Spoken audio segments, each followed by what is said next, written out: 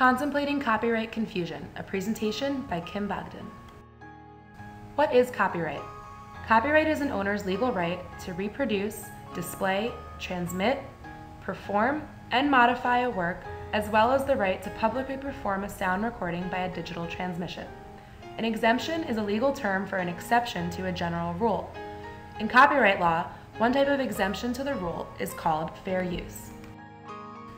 To determine if fair use applies to a given situation, there are four main factors that Section 107 of the Copyright Law, also known as the Fair Use Doctrine, states should be considered: the purpose of the use, the nature of the copyrighted work, the amount used, and the market impact.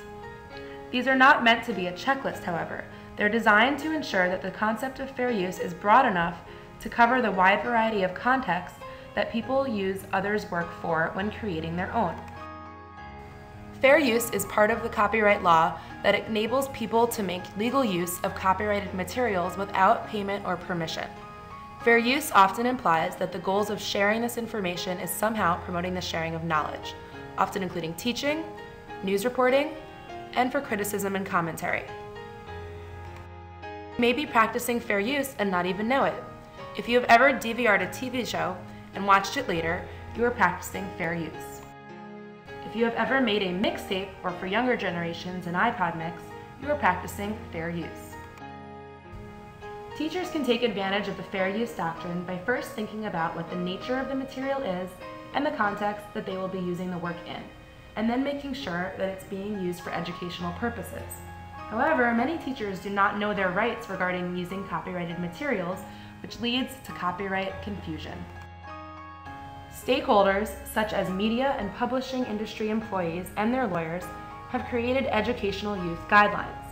The original goal was to provide further clarity about fair use rights, but they have actually done more harm than good. The music and media industries have taken these guidelines and created copyright education materials that represent their interests, and further misinform teachers and students about their actual rights. So what is the result of all of this? Well, researchers have noticed three major trends that have occurred as a result of misinformation. The first result being that teachers believe they may use any copyrighted materials as long as they cite it. This is actually not accurate. There are certain copyrighted materials that you must ask permission to use in certain circumstances. Another result is that teachers and students are discouraged to share their creative work with others. And the last result is that teachers choose to follow much more restrictive rules regarding the use of copyrighted materials than the law actually states. Now the question remains for teachers: how do I know whether I'm within my fair use rights of the copyright law? Well, the answer lies in the idea of transformativeness.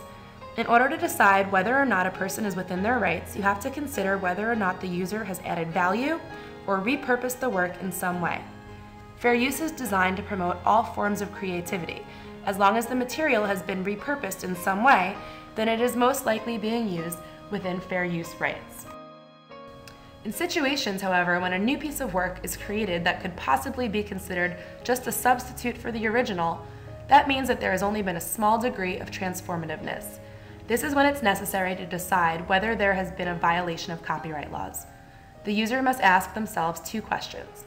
First, will the way I'm using the copyrighted materials affect the owner's ability to profit from their work?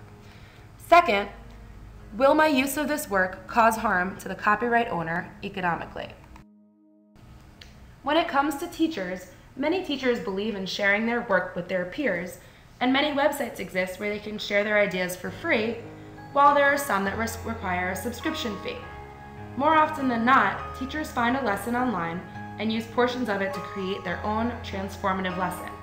However, if the teacher simply copies the lesson and tries to pass it off as their own and share it publicly in some way, they may be at risk for violating copyright law. When it comes to making copies from a workbook or online, a teacher is within their rights to make copies for student use, but it's illegal to copy a large portion of the book and share it with other teachers, since this is simply being done as a substitute to purchasing the book on their own. For example, in 3rd grade, students are taught cursive handwriting.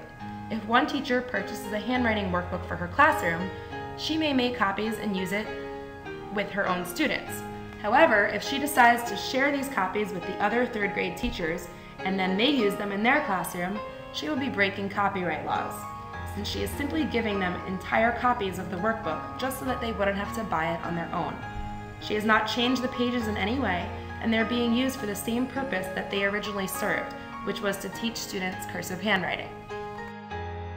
According to Renee Hobbs, there has never been a lawsuit that ruled against a teacher for misusing copyrighted materials for educational use. This is largely due to the good faith defense, which takes into consideration if the teacher has made a rational and reasonable decision about using copyrighted materials in their classroom. This defense protects teachers from limiting their creative uses of copyrighted material and should give teachers some leeway to exercise their fair use rights.